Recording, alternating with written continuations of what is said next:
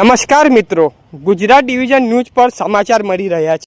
આ યુવા સંગઠનના રાજ્ય ઉપપ્રમુખ તરીકે રાકેશભાઈ ભરવાનો સન્માન સમારોહ યોજાયો। જય દ્વારકાધીશના જય ઘોષ સાથે જેતપુર ગામના આનંદના માહોલ વચ્ચે આમ આદમી પાર્ટીના ગુજરાત રાજ્ય યુવા સંગઠનના ઉપપ્રમુખ તરીકે નિમણૂક પામેલા રાકેશભાઈ ભરવાનો ભવ્ય સન્માન સમારોહ યોજાયો હતો। નિખાલસ કમર્થ અને નિડર સ્વભાવ ધરાવતા રાકેશભાઈ ગામના વડીલો અને યુવાનોના દિલમાં આગવું સ્થાન ધરાવે છે। જેતપુર ગામના યુવાનો દ્વારા આયોજિત આ કાર્યક્રમ ગામના આગેવાનો, યુવાનો અને વડીલો મોટી સંખ્યામાં હાજર રહ્યા હતા। ઉપસ્થિત લોકોએ રાકેશભાઈને શાલ ઓઢાવી અને ફૂલહાર પહેરાવી અભિનંદન પાઠવ્યા હતા। આ પ્રસંગે વક્તાઓને આશા વ્યક્ત કરી કે રાકેશભાઈ પોતાના નવા પદ પર રહી યુવાનોના પક્ષને ઉકેલવા અને સમાજના સેવા માટે વધુ સક્રિય કામગીરી કરશે। સમગ્ર કાર્યક્રમ આનંદ અને ઉત્સાહભર્યા વાતાવરણમાં સંપન્ન થયો હતો।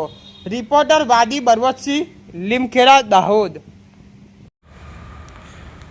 આજ રોજ લીમખેડા મુકામે મારી ભરવાડ સમાજના યુવાનો દ્વારા જે શાલ ઓઢાડીને ફૂલહારથી જે મારું સ્વાગત કરવામાં આવ્યું એ બદલ સૌ ગામના અને સમાજના યુવા દિલોને હું મારા દિલથી જય દ્વારકાધીશ કહું છું અને ખૂબ ખૂબ બધાનો હું ખૂબ આભાર માનું છું।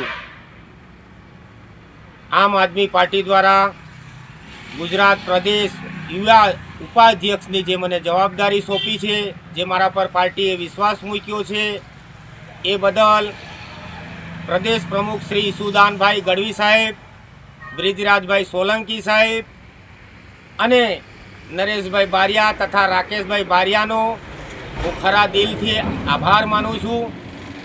અને હવે પછી